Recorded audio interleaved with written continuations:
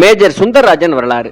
நாடக மேடை தமிழ் சினிமாவிற்கு கொடுத்த மிகச்சிறந்த பரிசுன்னு இவரை நம்ம சொல்லலாம். கணீர் என்ற குரல், சிறப்பான உச்சரிப்பு, எந்த கேரக்டர் நடித்தாலும் அதுல அப்படியே பொருந்தி போறதுன்னு இவர் நடித்த படங்கள் எல்லாவற்றிலும் மிகச்சிறப்பான பங்களிப்பை இவர் அளித்திருந்தார். நடிப்பு மட்டுமல்லாது இயக்குநராகவும் இவர் ஜெயித்திருக்கிறார். மேஜர் சுந்தரராஜன் அவர்களுக்கு தன்னுடன் பயணிக்கும் நாடக குழுவில் இருக்கிற நடிகர்களுக்கு சமைத்து போடுவதுன்னா ரொம்ப பிடிக்குமா. இவர் இறப்பதற்கு முன்பாக தன்னுடைய நண்பர்கள்லாம் ஒரு நாள் வீட்டிற்கு கூப்பிட்டு, இதுதான் நான் கடைசியா சமைச்சு போடுற சாப்பாடு, வாங்க எல்லாரும் மகிழ்ச்சியா சாப்பிடலாம் அப்படின்னு கூப்பிட்டு சாப்பிட வைத்திருக்கிறார். இப்படி அரும் பண்பு கொண்டவர் தான் இவர். இந்த மேஜர் சுந்தரராஜன் அவர்கள் யார், இவர் எந்த ஊரை சார்ந்தவர், இவருடைய குடும்ப பின்புலம் என்ன, இவர் எப்பொழுது சினிமா துறைக்கு வந்தார், நாடகத்திலையும் சினிமாவிலையும் இவர் ஏற்ற கதாபாத்திரங்கள் எவ்வளவு சிறப்பு வாய்ந்தது, பெரிய பெரிய உச்ச நடிகர்களாம் இவருடைய நடிப்பை பார்த்து பொறாமப்படுற அளவு இவருடைய வாழ்க்கையில ஏகப்பட்ட சுவாரஸ்யங்கள் ஒளிந்து கிடக்கிறது. அவை எல்லாவற்றையும் இந்த வீடியோல நம்ம பார்க்கலாம். இது RS ராஜா டாக்கீஸ். இதுவரை இந்த சேனல் நீங்க சப்ஸ்கிரைப் பண்ணலாம், சப்ஸ்கிரைப் பண்ணிட்டு ஒரு லைக்கையும் போட்டு வாங்க. நாம நடிகர் மேஜர் சுந்தரராஜன் அவருடைய வாழ்க்கை சுவாரஸ்யங்களை பார்க்கலாம். சுந்தரராஜன் அவர்கள் 1935 மார்ச் 17 தேனி பெரிய குளத்தில் பிறந்திருக்கிறார். ஸ்ரீனிவாசன் உடைய அப்பா பெயர், பத்மாசினி இவருடைய அம்மாவின் பெயர். சுந்தரராஜன் இளமையிலேயே சென்னையில அவருடைய சித்தப்பா வீரராகவன் அவருடைய தொலைபேசி துறையில அலுவலராக வேலை பார்த்து வந்திருக்கிறார். அவரோட உதவியுடன் சுந்தரராஜன் அவர்கள் தொலைபேசி துறையில முழு நேரமாக பின்னர் பணிபுரிந்து கொண்டே ஓய்வு நேரங்களில் மேடை நாடகங்களிலும் நடிக்க ஆரம்பித்திருக்கிறார். 1962 ஆண்டு இயக்குனர் சோமுவின் பட்டினத்தார் என்ற திரைப்படத்துல சோழ மன்னராக நடித்து திரைப்படங்கள்ல இவர் நுழைந்தார். இவர் எப்படி இந்த சினிமாக்குள்ள ஒரு சோழ மன்னராக நடிக்க ஆரம்பித்தாரோ, இவர் இறுதி வரைக்கும் ஒரு மன்னரை போலதான் கொடுத்த அத்தனை கதாபாத்திரங்களையும் ஒரு மெரிட்டாக, ஒரு கம்பீரமாக நடித்திருக்கிறார். மேலும் பல படங்களை நடித்திருந்தாலும் இயக்குனர் சிகரம் கே பாலச்சந்தர் இயக்கத்தில் வெளிவந்த மேஜர் சந்திரகாந்த் திரைப்படத்துல கண் பார்வையற்ற பதவி ஓய்வு பெற்ற ராணுவ தளபதி மேஜர் சந்திரகாந்த் என்ற கதாபாத்திரத்துல சிறப்பாக நடித்து அனைவரது கவனத்தையும் இவர் ஈர்த்தார். இதனால இவருக்கு இந்த படத்தின் கதாபாத்திர பெயரான மேஜர் அப்படிங்கிற பெயரே நிலையானது. இவர் 900க்கும் மேற்பட்ட திரைப்படங்கள்ல பல்வேறு வகையான வேடங்கள் ஏற்று நடித்திருக்கிறார். மிமிக்ரி கலைஞரின் லிஸ்ட்ல இவரது குரல் கட்டாயம் இருக்கும். அவ்வளவு தனித்துவமான குரலை கொண்டவர் தான் அவர். அந்த அளவுக்கு ரசிகர்கள் மத்தியில ஆழமான இடத்தை பிடித்தார். ஒரு வசனத்தை ஆங்கிலத்திலும் தமிழிலும் 2 முறை இவர் உச்சரிப்பார். அதுதான் இவரது ஸ்பெஷல். தமிழ் சினிமாவை ஆண்ட எம்ஜிஆர் மற்றும் சிவாஜிக்கு தந்தையாக நிறைய படங்களை நடித்திருக்கிறார். குரல்ல ஒரு கம்பீரம், உடல்ல ஒரு வீரம், மொழியை கையாளக்கூடிய அற்புதமான விதம், அதனை உச்சரிக்கும் பாங்கு என்று அனைத்திலும் ஆகச்சிறந்த கலைஞராக திகழ்ந்தவர் தான் மேஜர் சுந்தரராஜன் அவர்கள். இவர் ஒரு சில மலையாளம் மற்றும் தெலுங்கு திரைப்படங்களையும் நடித்திருக்கிறார். சிம்ம குரல் அழகனாக திகழ்ந்த மேஜர் சுந்தரராஜன் அவர்கள் தொலைக்காட்சி தொடர்களிலும் நடித்திருக்கிறார். இந்தியாவின் எல்லையில் காவல் காக்கும் ராணுவ வீரர்களை நாம சந்திக்க முடியாது. நிறைய பேருக்கு எந்த கர்னல் பரிச்சயமும் இருக்காது. ஆனாலும் கூட நமக்கு மேஜர் அப்படிங்கிற அந்த பதவிக்கு உண்டான மிடுக்கும் ஒரு கௌரவமான தோற்றமும் இவரை பார்த்து தான் நம்மளாம் புரிந்து கொள்ள முடியும். சினிமாவில் நிரந்தர மேஜராகவே வாழ்ந்தவர் தான் சுந்தரராஜன் அவர்கள். ஏஜிஎஸ் அலுவலகத்தில் வேலை பார்த்த கே பாலச்சந்தர் ஆங்கிலத்தில் எழுதி தானே மேஜராக நடித்த நாடகத்தை தமிழ்ல ராகினி ரீக்ரியேஷன்ஸ் என்ற தனது குழுவுக்கு எழுதி மேஜர் சுந்தரராஜனை கண் பார்வையற்ற ராணுவ அதிகாரியாக நடிக்க வைத்தாராம். அதை நடிக்க வைக்கும் பொழுது தன்னை போல நடிக்க முடியுமா, தன்னை போல இவர் நடிப்பாரா அப்படின்னு ஒரு சந்தேகத்தோட தான் நடிக்க வைத்திருக்கிறார். ஆனால் நடிக்க வைத்து பார்த்ததற்கு பின்பு தன்னையோட 100 மடங்கு அதிகமாக இவர் நடித்திருக்கிறார். தான் தப்பா நினைச்சிட்டோம் அப்படின்னு வருத்தப்பட்டு மேஜர் சுந்தரராஜனுக்கு கை குலுக்கி கட்டிப்பிடித்து பாராட்டினாராம். திரைப்படத்துல இவரை தவிர இப்படிப்பட்ட ஒரு கேரக்டரை வேற யாராலும் செய்ய முடியாது என்று பாராட்டவும் செய்திருக்கிறார். கம்பீரமான தோற்றம், ஒரு மெட்டாலிக் வாய்ஸ், அசாத்திய நினைவாற்றல், இதுதான் மேஜர் சுந்தரராஜனுடைய பலம்னு சொல்லணும். மெழுகுவர்த்தி, நீர்க்குமிழி, எதிர்நீச்சல், நவக்கிரகம் இந்த நாடகங்கள்ல நாகேஷ் தான் எப்பொழுதுமே ஹீரோவாக நடிப்பார். அடுத்த கனமான வேடங்கள்ல மேஜர் சுந்தரராஜன் எப்பொழுதுமே நடிப்பாராம்.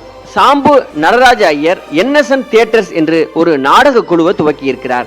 அதன் தலைமை பொறுப்பு நாடகங்களை தேர்வு செய்வது, நடிகர்களை ஒத்திகை பார்ப்பது, அரங்கேற்றம் செய்வது, இந்தியா முழுக்க பெரிய நகரங்கள்ல நாடகம் போடுவது என்று அத்தனை பொறுப்புகளையும் சுமந்த மேஜர் சுந்தரராஜன் அவர்கள் சுமார் 5000 முறையாவது நிச்சயம் மேடை ஏறி இருப்பார் என்று நடிகர் சிவகுமார் அவர்கள் பதிவு செய்திருக்கிறார். இவர் போட்ட நாடகத்துல ஞான ஒளி, ரோஜாப்பூ, தீர்ப்பு எல்லாமே சூப்பர் ஹிட் அடித்ததாம். 1965 ஜூலை 30 ஜெமினி ஸ்டுடியோஸ் தயாரித்த மோட்டார் சுந்தரம் பிள்ளையில மேஜர் சுந்தரராஜனுடைய நடிப்பு ரொம்ப கவனிக்கத்தக்கதாக இருக்கும். ரொம்ப எளிமையான மனிதர். பந்தா அப்படின்னாவே பந்தானாவே என்னவென்றே தெரியாதவர், எல்லோருடனும் தோல் மேல கை போட்டு பேசும் இனிய சுபாவம் உள்ளவராம். சினிமா துறையில தனக்கு ஈக்குவலாக புகழ் பெற்றவரோடு தோல் மேல கை போட்டு பேசுவது வழக்கம். ஆனா சினிமா துறையில முயற்சி செய்து கொண்டிருக்கிற ஒரு ஓரமா எங்கேயாவது நின்று நடித்து கொண்டிருக்கிறவர்கள் கூட இவர் ரொம்ப மரியாதையுடன் பழகுவாராம். அவ்வளவு இனிய சுபாவம் உள்ளவர்னு சொல்றாங்க. இந்த சினிமா துறையில வளர்ந்து வந்து கொண்டிருந்த அத்தனை நபர்களையும் இவர் குழந்தை அப்படின்னு தான் அழைப்பாராம். நடிகர் சிவகுமார் மீது இவருக்கு அளவு கடந்த பாசம் இருந்ததா. சிவகுமாரின் 100வது பட விழாவில் எம்ஜிஆருக்கு முன்பாக மேஜர் சுந்தரராஜன் பேசும்போது, குழந்தை நாடக குழுவுல என் கூட சேர்ந்து நடித்தது எனக்கு ரொம்ப பெருமை அப்படின்னு சிவகுமாரை பற்றி இவர் பேசியிருக்கிறார். சிவகுமார் அவர்கள் சினிமாவுக்கு முயற்சி செய்து கொண்டிருந்த பொழுது மேஜர் சுந்தரராஜன் சொல்லியிருக்கிறார், குழந்தை சிவகுமார், நீ வைரமா இருந்தாலும் பட்டத்திட்ட ஒரு ஆள் வேண்டும், அதனால எங்க நாடக குழுவில் நீ சேர்ந்துக்க, நீ நல்ல பயிற்சி எடு, அதுக்கப்புறம் சினிமாவில் உனக்கு ஒரு சூப்பர் இடம் இருக்கு அப்படின்னு சொல்லி இவர் தான் அந்த நாளில் உற்சாகப்படுத்தியிருக்கிறார். மேஜர் சுந்தரராஜன் தலைமையில் ஒரு பெரிய நாடக குழு சிவகுமார் உட்பட பாம்பே, டெல்லி என்று இந்தியா முழுவதும் சுத்துவாங்களாம். Bombay Shanmukhananda hall, Chembur fine arts என்று பல முறை சென்று இவங்கெல்லாம் நாடகம் போட்டிருக்கிறாங்க. டெல்லியில DTEA என்ற டெல்லி தமிழ் எஜுகேஷனல் அசோசியேஷன்ஸ், தமிழ்நாட்டில் இருந்து டெல்லியில் வேலை பார்க்கும் தமிழர்களின் குழந்தைகள் மைதானத்தில் கூடாரம் போட்டு அதனுள்ளே அமர்ந்து படித்து கொண்டிருக்கிறாங்க. அந்த அமைப்பு ஒரு பள்ளிக்கூடம் கட்டி இந்த குழந்தைகளுக்கு கொடுக்கணும் அப்படின்னு சொல்லி மேஜர் சுந்தரராஜன் தலைமையில் இருந்த நாடக குழுவுக்கு நாடகம் நடத்தி எங்களுக்கு நிதி கலெக்ட் பண்ணி கொடுங்க அப்படின்னு சொல்ல இவரும் அதை செய்திருக்கிறார். ஹைதராபாத், பெங்களூர், திருவனந்தபுரம், கொச்சி மற்றும் தமிழ்நாடு ஆகியவற்றில் இவங்கெல்லாம் மேடை ஏறாத பெரிய ஊர்களே இல்லை என்று சொல்லக்கூடிய அளவுக்கு மேடை ஏறி அந்த பணத்தை அந்த ஸ்கூல் கட்டுவதற்கு கொடுத்திருக்கிறாங்க.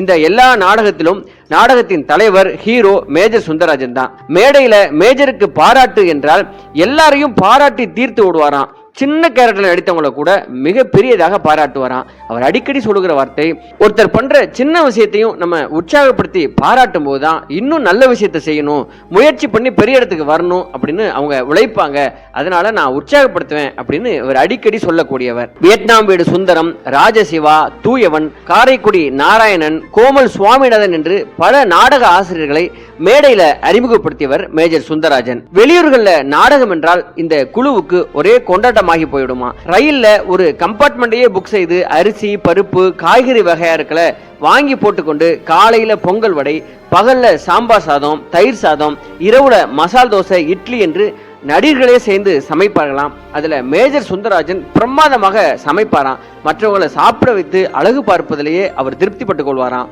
கல்யாணமாகி வந்த புதிதுல மனைவிக்கு அவர் சமைக்க கற்றுக் கொடுத்தாராம். இந்த விஷயங்களையும் நகைச்சுவையாக சொல்லுவாராம். இந்த நாடக குழுவுக்கு இன்னொரு மாஸ்டராக இருந்தவர் வீர ராகவன் அவர்கள். நாடக குழுல நடித்துக் கொண்டிருந்த MR Radha, SV Ranga Rao, TS Balaiah, SV Subbaiah இவங்கெல்லாம் திரைத்துறைக்கு போனதுக்கு அப்புறம் இவருடைய கேரக்டர்லாம் நடிப்பதற்கு சரியான நடிகர்கள் இல்லாம போனதான் நாடக குழுவுக்கு. அந்த நேரத்துல தான் மேஜர் சுந்தரராஜன் அவர்கள் நுழைந்து அத்தனை பேருடைய கேரக்டர்களையும் இவர் அசால்ட்டாக நடித்து மக்களை எல்லாம் மெய்மறக்க செய்திருக்கிறார். எல்லாருடைய மீசைகளையும் இவர் வைத்திருப்பாராம். ரெடிமேடாக வேலைக்காரன் மீசை, ஜமீன்தார் மீசை, பேராசிரியர் மீசை, விவசாயி மீசை என்று மேக்கப் பெட்டிக்குள்ள எல்லாவற்றையும் தயாராக வைத்திருப்பார். யாராவது ஒரு ஆள் வரல, யாராவது ஒரு ஆள் சொதப்புறாங்க அப்படின்னு தெரிஞ்சா டக்குன்னு அந்த மீசையை ஒட்டிட்டு அந்த மேடையில போய் கம்பீரமாக நிற்பாராம். கிளாப்ஸ் அள்ளுமா. சிவாஜி, MGR, ஜெமினி, ஜெய்சங்கர், ரவிச்சந்திரன், ராஜன், ஸ்ரீகாந்த், சிவகுமார் இந்த எல்லா ஹீரோக்கள் படத்திலும் அவங்களுக்கு அப்பாவாக நடிப்பார், இல்லைன்னா ஹீரோயினுக்கு அப்பாவாக இவரே நடிப்பார். இந்த தமிழ் சினிமாவோட சிவாஜி, நாகேஷ், மேஜர் சுந்தரராஜன் இந்த 3 பேருக்கும் ஒரு சிறப்பு உண்டு. என்ன அப்படின்னா, இந்த 3 பேருமே போட்டோகிராபிக் மெமரி உள்ளவங்களாம். அதாவது 200 பக்க வசனமா இருந்தாலும் ஒரு 2 முறை பக்கத்துல யாராவது உட்கார வச்சு அதை சத்தம் போட்டு வாசிக்க சொல்லுவாங்களாம். ஒரு மணி நேரத்துல அந்த 200 பக்கத்தையும் அப்படியே ஸ்கேன் பண்ண மாதிரி மனதில் நிறுத்தி கொள்வாங்களாம். இந்த அற்புதமான ஆற்றல் மேஜர் சுந்தரராஜனுக்கு ரொம்ப அதிகமாகவே இருந்ததுன்னு பதிவு பண்ணுகிறார் நடிகர் சிவகுமார் அவர்கள். ஆங்கிலம், தமிழ் இந்த 2லையும் சரளமாக பேசக்கூடியவராம். சில கல்லூரிகளில் நாடகம் போடும்போது அங்க மாணவர்கள்லாம் கேலரியிலிருந்து பயங்கரமா கூச்சல் போட்டு அந்த நாடகத்தையே நிறுத்தக்கூடிய அளவுக்கு அவ்வளவு கலாட்டா பண்ணுவாங்களாம். 1000 பேர் 2000 பேர் கூச்சல் போட்டு கலாட்டா செய்யக்கூடிய அந்த சூழலையும் கூட இவர் எதுக்குமே பயப்படாம மைக் எடுத்துக்கிட்டு ஸ்டேஜில் போய் நின்று காண்ட் யூ கீப் குவைட் அப்படின்னு இடி இறங்கினார் போல மைக்கில் அவர் கத்துவாராம். அவ்வளவுதான். 2000 பேரும் கப்சிப்னு வாயை மூடிட்டு நாடகம் முடியும் வரைக்கும் மூச்சு விட கூட மறந்தவர்களாக அந்த நாடகத்தை பார்ப்பாங்களாம். பொட்டல் வெளியாக கிடந்த நடிகர் சங்க இடத்துல சுவாமி சங்கரதாஸ் கலையரங்கம் உருவாக சிவாஜி தலைவராகவும் மேஜர் சுந்தரராஜன் செயலாளராகவும் இருந்து இரவு பகல் வீட்டுக்கு போகாம நடிகர் சங்க வளாகத்திலேயே படுத்திருந்து வேலை செய்திருக்கிறாங்க. ஆந்திர ஹீரோக்கள் NT Rama Rao, Nageswara Rao, Kannada hero Rajkumar, Kerala hero Prem Nazir என 4 மாநில ஹீரோக்களையும் சேர்த்து M.M. ராமசாமி, சின்னப்பா தேவர் போன்ற பெரும் புள்ளிகளையும் இணைத்து ஒரு அறக்கட்டளை நிறுவி தமிழ்நாடு முழுக்க முக்கிய நகரங்களில் கலை நிகழ்ச்சி நடத்தி வசூல் செய்து நாடக அரங்கம், மினி தியேட்டர் 2ஐயும் ஒரே கட்டிடத்துல இவர் உருவாக்கினார். மேஜர் சுந்தரராஜன் அவர்களுக்கு ஒரு அண்ணன் இருக்கிறார். அவர் பேரு பாலு. இவருக்கு அடுத்து ரங்கராஜன், இவர் ராணுவத்தில் இருந்தவராம். 4வதாக வரதன், 5வதாக ராகவன், கடைசியாக சம்பத் என்று ஒரு தம்பி இருந்திருக்கிறார். அத்தனை அண்ணன் தம்பிகளையும் பாச சங்கிலியால பிணைத்து கடைசி வரைக்கும் கூட்டு குடும்பமாக இருந்திருக்கிறாங்க. இவரை கேட்காம அந்த குடும்பங்கள்ல ஒரு சின்ன அணுவை கூட அவங்க நகர்த்த மாட்டாங்களாம், எந்த நிகழ்ச்சியும் செய்ய மாட்டாங்களாம். அப்படி ஆலமரமாக அந்த குடும்பத்துல வாழ்ந்தவர் தான் மேஜர் சுந்தரராஜன். ஆனா இவர்கிட்ட ஒரு கெட்ட பழக்கம் இருக்கும். அதாவது தொடர்ச்சியாக இடைவிடாம இவர் புகைப்பிடிப்பாராம். இந்த நாடக குழுவுக்கு சமைத்து போட்ட வீரராகவன் என்ற குக்கு மேஜர் சுந்தரராஜனின் உறவினராம். அவர் இறந்த சுடுகாட்டுக்கு உடலை எடுத்து போகும் வரைக்கும் கவலை தாங்காம மேஜர் சுந்தரராஜன் வாயில சிகரெட் புகைந்து கொண்டே இருந்ததாம். அடியில் நடந்து சென்ற சிவகுமார் சொல்லியிருக்கிறாரு, இனியாச்சும் இதை விட்டு தொலைங்க மேஜர் அப்படின்னு.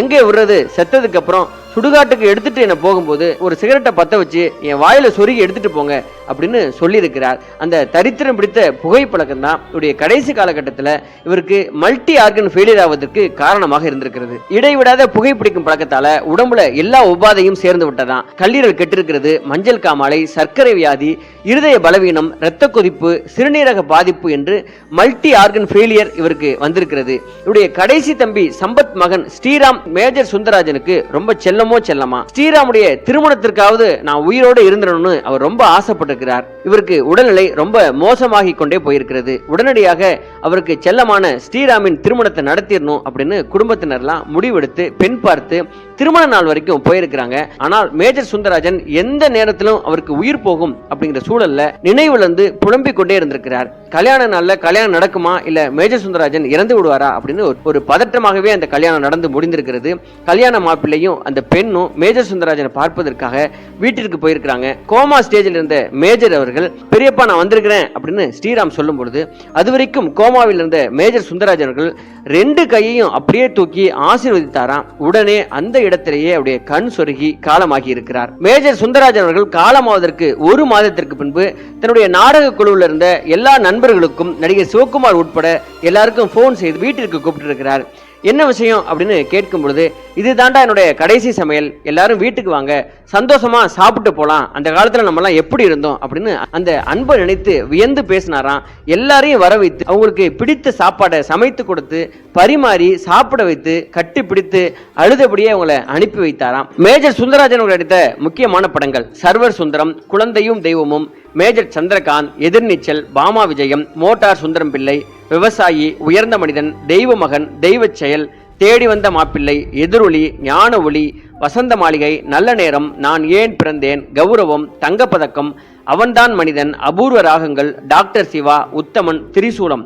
இந்த திரைப்படங்கள் குறிப்பிடத்தக்கவையாக அமைந்த படங்கள். மேலும் எம்ஜிஆருக்கு தந்தையாக விவசாயி படத்திலும், சிவாஜி கணேசனுக்கு தந்தையாக என் தம்பி படத்திலும் முதலாக 2 நடிப்பு மேதைகளுக்கும் தந்தையாக இவர் நடித்தார். கூடவே மேடை நாடகங்களும் தொலைக்காட்சி தொடர்களும் இவர் நடித்து வந்தார். இவர் சில மலையாள தெலுங்கு திரைப்படங்களையும் தன்னுடைய திறமையை நிரூபித்திருக்கிறார்.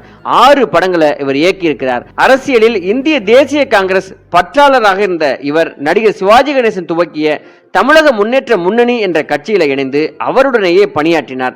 பின்னர் சிவாஜி கணேசன் ஜனதா தளம் கட்சியில இணைந்த போது இவரும் இணைந்து கொண்டாராம். இவரது மகன் பெயர் கௌதம். தொலைக்காட்சி தொடர்கள்ல அவர் நடித்து வருகிறார். இவருடைய மனைவி பெயர் சியாமலா. மேஜர் சுந்தரராஜன் அவர்கள் 2003 பிப்ரவரி 28 அவருடைய 67 வயதுல காலமாகி இருக்கிறார். நடிகர், இயக்குனர், திரைக்கதை ஆசிரியர், ஒரு நல்ல மனிதாபிமானம் மிக்க ஒரு மனிதர் என்று இந்த மேஜர் சுந்தரராஜனுடைய வாழ்க்கை நமக்கெல்லாம் ஒரு ரோல் மாடல் என்று எடுத்துக்கொள்ளலாம். இதுவே மேஜர் சுந்தரராஜன் உடைய வாழ்க்கை வரலாறு. நன்றி, வணக்கம்.